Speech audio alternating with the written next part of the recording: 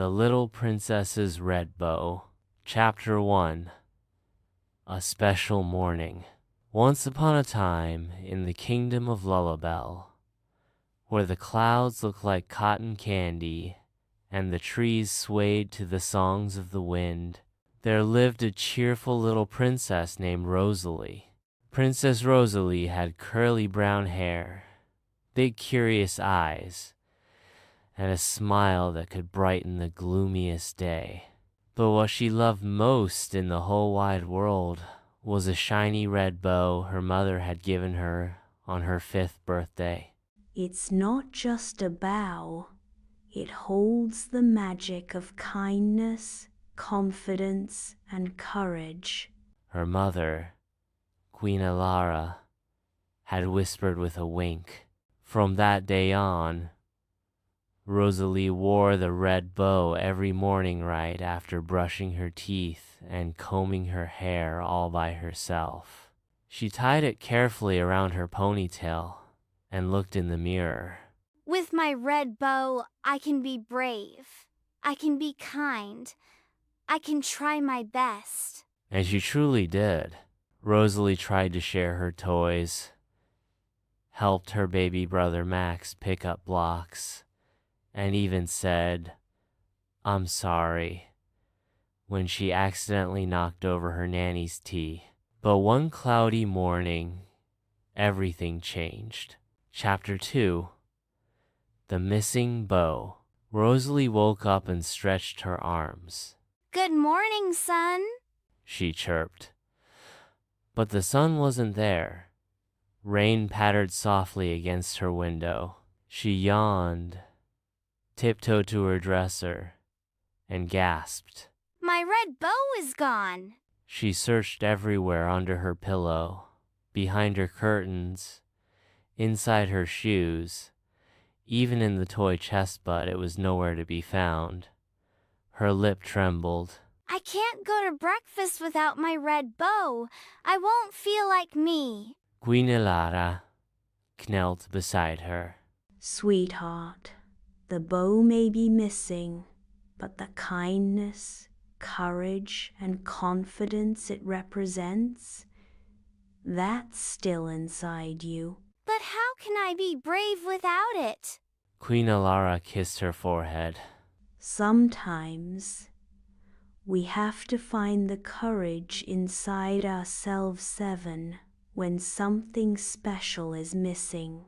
Rosalie didn't feel ready, but she nodded. She would try. Chapter 3. A Day Without the Bow. That day, Rosalie walked into the royal dining hall with droopy shoulders. Even the pancakes with blueberry stars didn't cheer her up.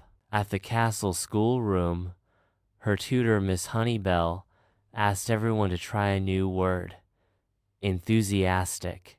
It means to be very excited and eager to do something. Enthusiastic. Like I used to feel with my red bow. She raised her hand. I'm going to try to be enthusiastic about writing today. Miss Honeybell smiled. That's the spirit. Rosalie carefully wrote her name with swirls and dots.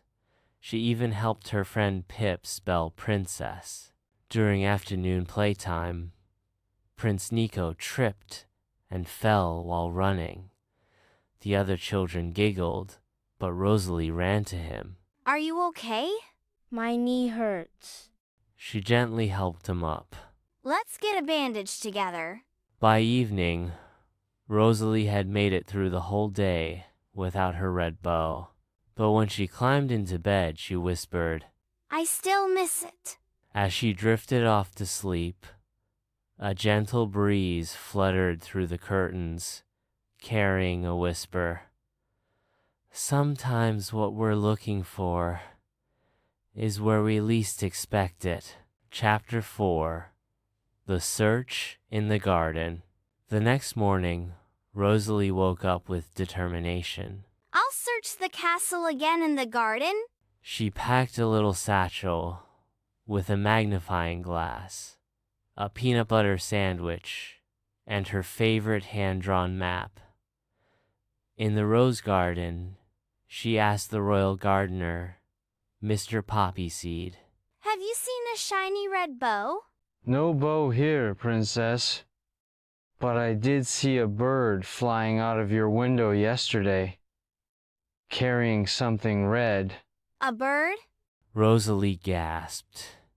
She ran toward the willow woods just beyond the castle walls.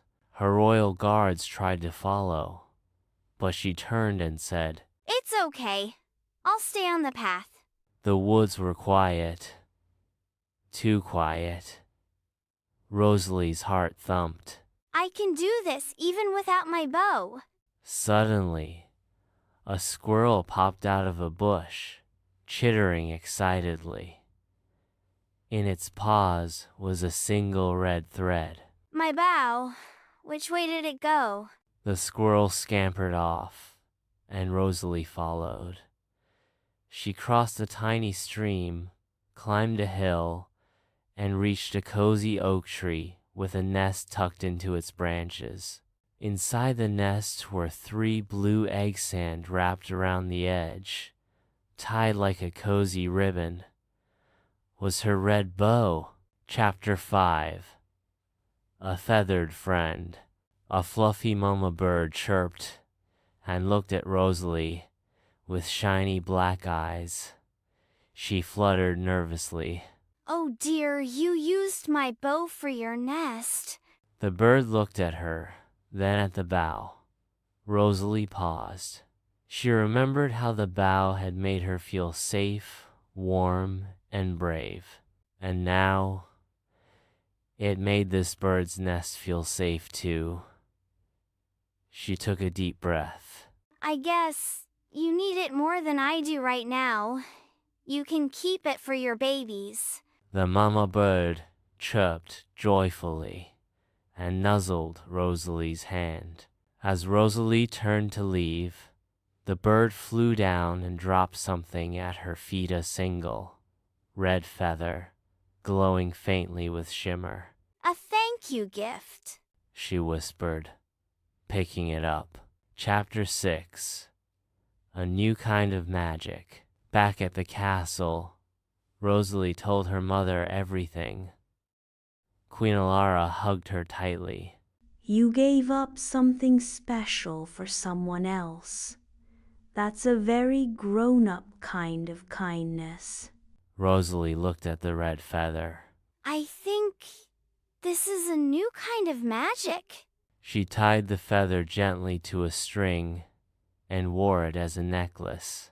Every day after that, Rosalie still brushed her teeth, combed her hair, and tied up her ponytail, but now, with a ribbon of soft silver and the red feather shining at her chest. When children in the village needed help, Rosalie was there. When her brother cried, she sang lullabies. And when she looked in the mirror each morning, she smiled and said, With or without my bow, I am brave. I am kind. I try my best. And that, after all, was the true magic.